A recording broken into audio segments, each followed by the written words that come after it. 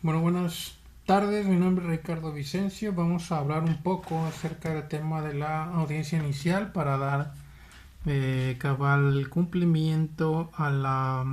tarea asignada por la Universidad Interamericana para el Desarrollo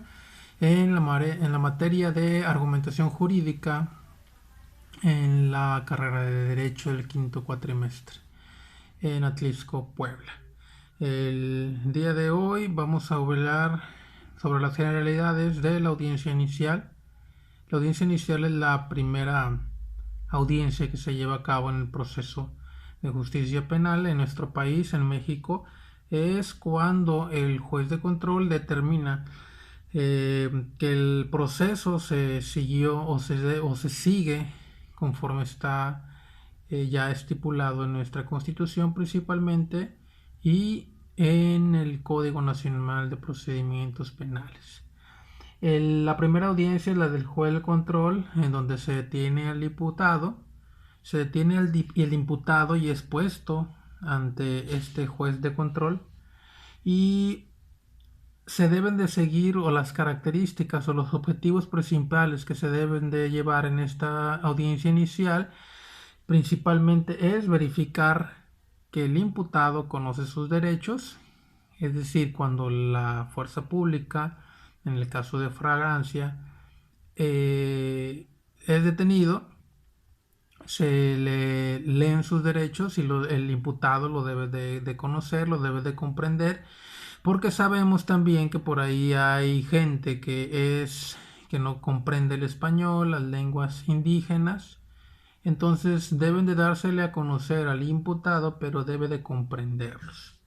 También hay personas que son extranjeras, también se les debe de dar la garantía que comprendan sus derechos, no solamente dándoles a conocer. Y posteriormente se verifica o el juez de control debe de verificar la legal detención del imputado. Es decir, si por ejemplo hubo un caso urgente, o fue bajo flagrancia, por ahí el 146 del código, deben de seguirse todo el proceso correcto, es decir, no debe de, por ejemplo, en la Constitución nos enmarca que no debe de haber azotes, palos, multas excesivas,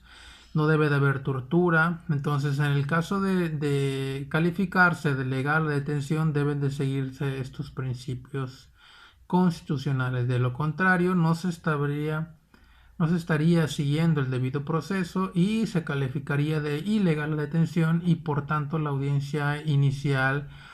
ahí terminaría, ya no se formularía una imputación debido a que hay una ilegalidad en el debido proceso.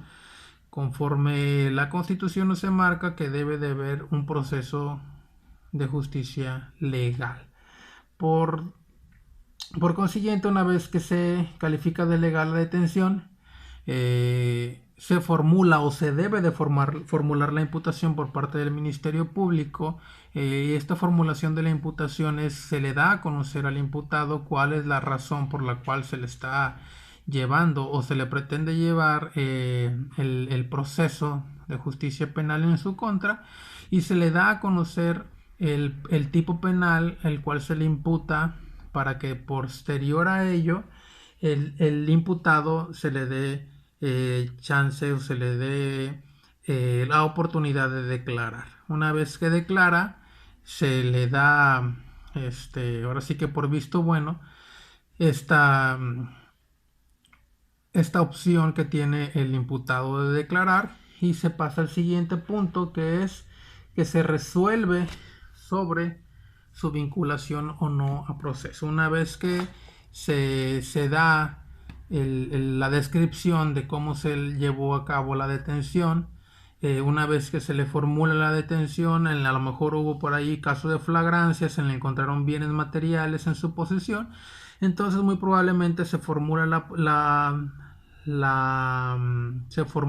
imputación, y se resuelve con una vinculación al proceso por medio del juez de control. El juez de control determina la vinculación al proceso, que no es nada más que darle el visto bueno a la primera audiencia inicial, y ahora sí se da el revestimiento ya de proceso penal, dándole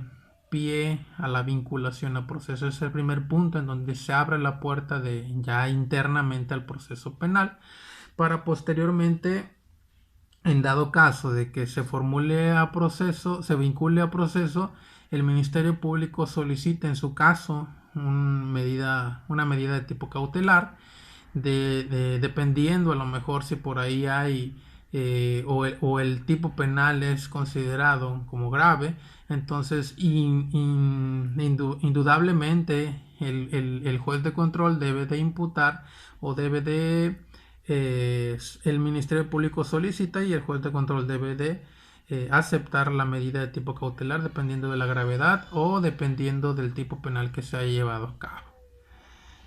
Posteriormente, una vez que se impone la medida cautelar, en la misma audiencia inicial se deben de especificar los plazos para cerrar la investigación complementaria que se va a llevar a cabo en el siguiente proceso, en la audiencia intermedia y posteriormente en la audiencia de juicios orales. El último punto que se debe de llevar en esta audiencia inicial es especificarle el plazo, que no puede extenderse de 6 meses y mínimo un plazo de 2 meses. Por mi parte es todo. Muchas gracias.